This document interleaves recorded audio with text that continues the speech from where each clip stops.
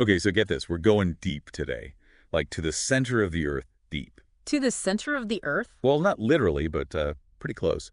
We're exploring this legend from the Macuxi people about, well, a hollow Earth hidden somewhere in the Amazon. Oh, wow. The Macuxi. I've always been fascinated by their oral traditions. So much depth and detail. What's their take on this hollow Earth? Right. It's incredible, and that's what makes this legend so intriguing. They don't just say, hey, there's a hollow Earth. It's like they have this ancient roadmap describing a whole journey to get there. A roadmap, like specific directions. Yeah, they talk about a 13, maybe 15-day trek all the way down these massive stairs. Each step is like 33 inches high. Whoa, hold on. 33 inches? That's what, almost 3 feet per step? That's a serious climb, or rather descent. Imagine the effort. And get this, after 3 days, torches become useless because the caves are suddenly illuminated by these massive orbs, just as bright as the sun. Glowing orbs. That's where things start to get really interesting. I wonder, could this be explained by some natural phenomena, like maybe bioluminescent fungi? They emit light, and they're found in caves all over the world. Ooh, that's a really good point. We know the Macoxes were incredibly observant of their surroundings, right? It's totally plausible that what they saw as supernatural could actually have a scientific explanation. Absolutely, but let's not get ahead of ourselves. The legend gets even wilder. Think massive caverns, ceilings so high they vanish into darkness, and they describe these four sun-like objects illuminating everything. It's like something straight out of a sci-fi movie. Right. But let's be real, scientifically speaking, a hollow Earth just isn't possible. We know way too much about the Earth's composition to even consider that. So how do we reconcile what the Macuxi described with, well, reality? Hmm. Well, it's possible they encountered real geological formations, but interpreted them through their own cultural lens. For example, they talk about areas of boiling stone, which could easily point to geothermal activity. Think hot springs, geysers, that sort of thing. Underground, those can be pretty intense, even dramatic. Yeah, for sure. And the way they describe it definitely creates this incredibly vivid image, but it doesn't stop there. They also talk about lush vegetation, apple trees with fruit the size of human heads, grapes as big as a fist. Wow, giant fruit. Now that's fascinating. This whole idea of a thriving ecosystem within the Earth. It makes you wonder, what did the Macuxi believe was sustaining this hidden world? Where did they think the light, the energy was coming from? Such a good question. And of course, we can't forget the giants. The Mukoxi say there are these beings 3 to 4 meters tall living in this hollow earth. Oh yeah, the giants. And not just living there, they actually interact with the Macuxi explorers, providing food, even assistance. What do you make of that? It's interesting. I mean, are these giants just physically large beings, or could they represent something more? A symbol, maybe, like the power of nature or ancestral figures. I like that. It's a good point. The giants aren't just some fantastical element thrown in there. They seem to play a pretty significant role in the story. They were even believed to be guardians of the entrance to this hollow earth, chosen to protect it. Which, according to their legend, they ultimately failed to do. Yeah, they didn't do a great job at that, according to the legend at least. The story goes that some British explorers, driven by that classic greed for gold and diamonds, they ventured into the caves, never to be seen again. It really makes you wonder, what if this part of the story is more like a cautionary tale? A warning about the dangers of greed and disrespecting the sacred. I think you're onto something there. The Macuxi believed their failure to guard the entrance really angered the giants, who then sealed it off, like a punishment. Maybe it reflects their anxieties about outsiders, coming in and exploiting their land, their resources. That's a really interesting perspective. Yeah. So it's not just this fantastical journey, but also a reflection of very real concerns about protecting their world. Exactly. It reminds us that these legends often have these deeper cultural meanings woven into them. It's not just a story, it's like a window into their values, their beliefs. Right. And if we look at it that way, the hollow earth itself takes on a whole new meaning. Maybe it represents something precious, something vulnerable that needs protecting. And the giants, with their size and their connection to this hidden world, could they be symbols of the power of nature, the forces that the Macuxi were trying to live in harmony with? It's definitely a possibility. So even though we know a literal hollow earth isn't scientifically viable, there's still so much we can learn from how the Macuxi interpreted their world, their beliefs, their fears. Absolutely.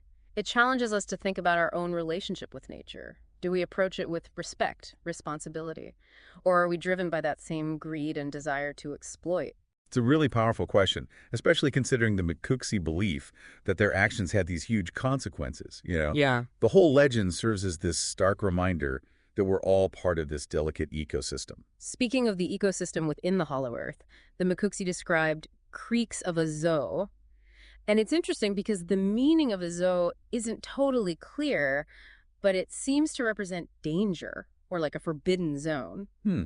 Maybe a zoo represents those areas where humans just shouldn't tread, a reminder of boundaries we need to respect.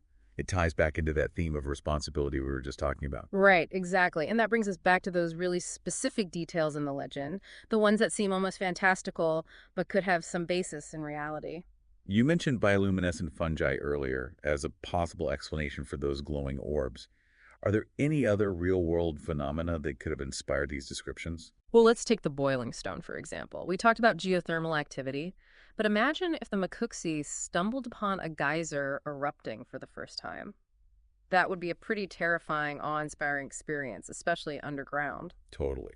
I can see how that kind of experience would stay with you, become part of a story passed down through generations. But what about the giant fruit? Apples the size of human heads can't be real. Of course not, but remember, stories evolve over time. Maybe they encountered a particularly bountiful fruit tree or a species of fruit that was larger than they were used to. Over generations, the size could easily get exaggerated, to emphasize the abundance of this hidden world. So it becomes this blend of real experiences, cultural beliefs, and a bit of creative storytelling. It's really fascinating how it all comes together. Exactly, and it speaks to the power of observation and interpretation, right? The Macuxis were keen observers of their environment, but they didn't have the scientific framework we have today. They made sense of the world through their own unique cultural lens. Which makes me think, what if we applied that same lens to some of our modern day mysteries? Could there be scientific explanations out there for things we currently dismiss as impossible? That's a thought-provoking idea. We've obviously made incredible advancements in science, but we don't have all the answers. There's always more to learn, new perspectives to consider. And who knows, maybe one day we'll discover a new species of giant fruit in the Amazon. Stranger things have happened. We're still discovering new species all the time, even in the most explored parts of the world. Speaking of new discoveries, let's shift gears a bit and talk about those giants. I know you said a hollow Earth is scientifically impossible, but could there be any chance of, I don't know, undiscovered creatures living deep beneath the surface? Well, while we haven't found any evidence of giant humanoids living in the Earth's core, there's still a lot we don't know about the subterranean world. Remember, it wasn't that long ago we thought the deep sea was a barren wasteland. Now we know it's teeming with these bizarre and wonderful life forms. So you're saying there's a chance, however small, that something like the Macuxi giants could exist somewhere on our planet. As a scientist, I have to stay open to possibilities. We're constantly making new discoveries, and it's important to keep exploring, keep questioning what we think we know. After all, that's what the Macuxis were doing in their own way. You make a good point. Sometimes the most fantastical stories can spark our curiosity and lead to new insights. Precisely. And the Macuxi legend, whether we take it literally or symbolically, it definitely encourages us to look at the world with a fresh perspective, a sense of wonder. I think we've covered a lot of ground in our deep dive into the Macuxi legend, this whole idea of a hollow Earth. What stands out to you as the most important takeaway? For me, it's a reminder that there's still so much we don't know about our planet, and the line between myth and reality can be surprisingly fluid. The Macuxi legend shows us the power of storytelling, how it shapes our understanding of the world. It also reminds us to stay curious, keep exploring, never stop asking questions. Yeah, it's amazing, isn't it? This one legend. And we've just gone down so many different paths, from scientific possibilities to cultural perspectives and, I don't know, even a bit of philosophy thrown in there. Right, and that's what I love about these deep dives. We start with a specific topic, and who knows where we'll end up. It's like this web of interconnected ideas. Exactly.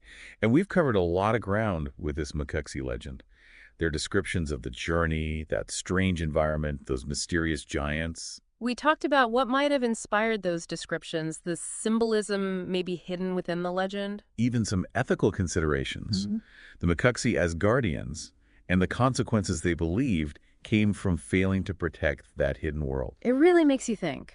It does. What can we learn from their story? Maybe it's a reminder that everything we do has consequences, that we need to approach the natural world with respect.